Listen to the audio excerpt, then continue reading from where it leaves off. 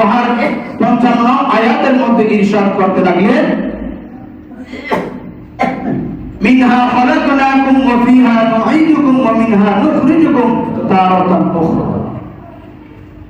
আমি তোমাদেরকে মাটি থেকে সৃষ্টি করেছি, আবার তোমাদেরকে আমি সেখানে ফিরিয়ে নিব, আবার সেখান থেকে আমি দ্বিতীয়বার তোমাদেরকে বার করব।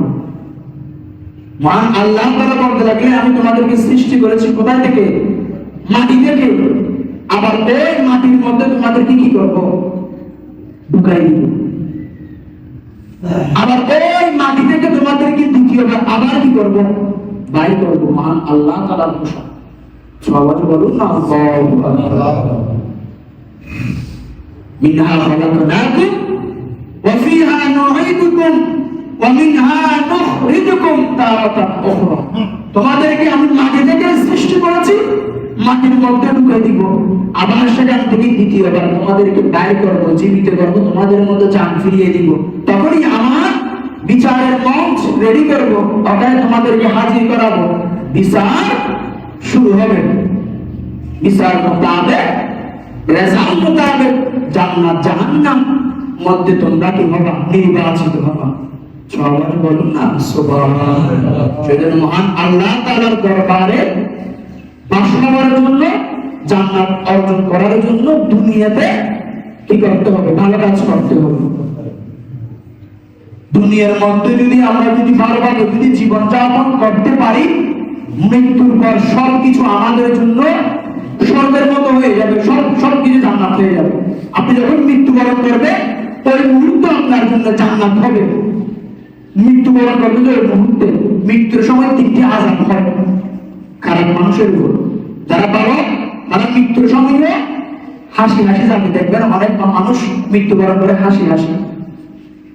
কবরের মধ্যে তাদের জান্নাত, আখিরাতের মধ্যে তাদের জান্নাত।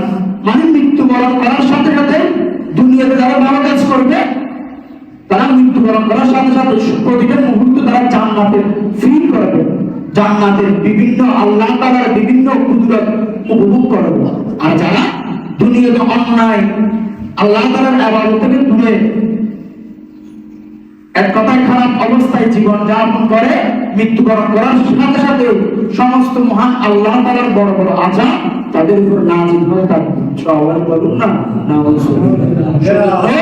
সবসময় মৃত্যুর জন্য প্রস্তুত থাকবো, সবসময় মৃত্যুকে স্মরণ করবো, এবং যতটুকু পারি আমার তৌফিক মোতাবেক ভালো কাজের মধ্যে শরীক হবার সেই চেষ্টা করবো। মহান আল্লাহ তাআলা প্রত্যেককে সেই তৌফিক দান করুক। সকলে বলুন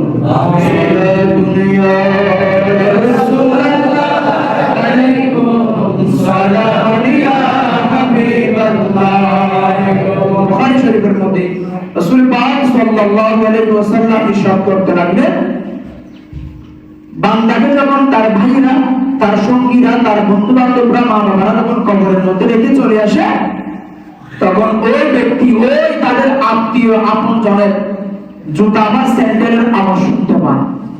সবাই বলুন না সুবহানাল্লাহ। আমাদের যদি কেউ মারা যায়, তাকে যখন আমরা কবরের মধ্যে দিয়ে চলে আসি, আমরা যে দিয়ে আসার সময় আমরা যে হাঁটি, স্যান্ডেলের আওয়াজ, জুতার আওয়াজগুলো ওই মৃত ব্যক্তি শুনে বলতেছে। সবাই বলুন না সুবহানাল্লাহ। আর ওই মুহূর্তে 2জন ফেরেশতা চলে আসবে তার কবরে। তাদের নাম হলো মুনকার নাকির। তারা তাকে ওই শোয়া থেকে বসাই দিবে। তাকে কি করবে?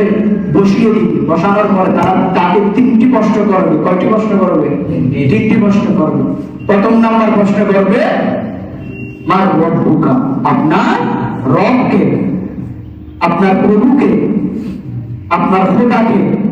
ওই ব্যক্তি যদি দুনিয়ার মধ্যে ভালো কাজ করে, ইবাদত বندگی করে, হক হালাল মোতাবেক জীবন যাপন করে, মৃত্যুবরণ করে, সাথে সাথে ওই ব্যক্তি বলবে রব্বি আল্লাহ, আমার রব।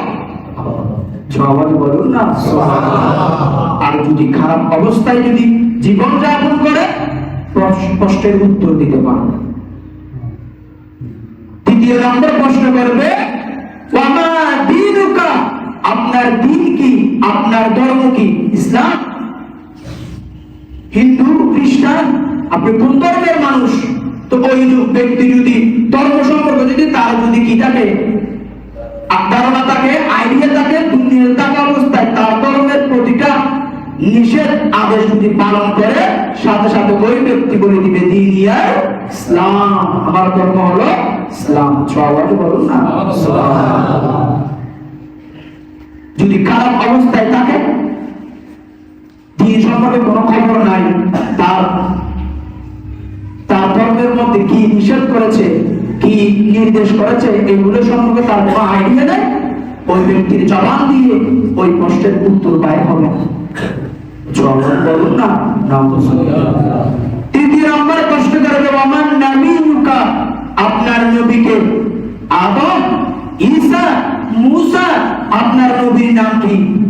ওই ব্যক্তি যদি দুনিয়া থাকা অবস্থায় আমার নবীর শান ও মান, আমার নবীর উপর দরুদ পড়ে, মিলাদ পড়ে, কিয়াম করে, নবীকে মনে প্রাণে ভালোবাসে, সাথে সাথে অটোমেটিকলি বলিবে নবী মুহাম্মদ সাল্লাল্লাহু আলাইহি ওয়াসাল্লাম, আমার নবী হলেন হযরত মুহাম্মদ মুস্তাফা সাল্লাল্লাহু আলাইহি ওয়াসাল্লাম। আর যদি আমার নবীর সাথে দুষ্টামি করে, আমার নবীকে যদি ভালো না বাসে, আমার নবীর সাথে যদি বেয়াদবি করে, ওই ব্যক্তির জবান দিয়ে ওই প্রশ্নের উত্তর বাইর হবে না। আর যদি ওই ব্যক্তির মনের মধ্যে আমার রাসূলের যদি প্রেম থাকে, সাথে সাথে বলে দিবেন নবী মুহাম্মদ সাল্লাল্লাহু আলাইহি ওয়াসাল্লাম, আমার নবী হলেন হযরত মুহাম্মদ মুস্তাফা সাল্লাল্লাহু আলাইহি ওয়াসাল্লাম।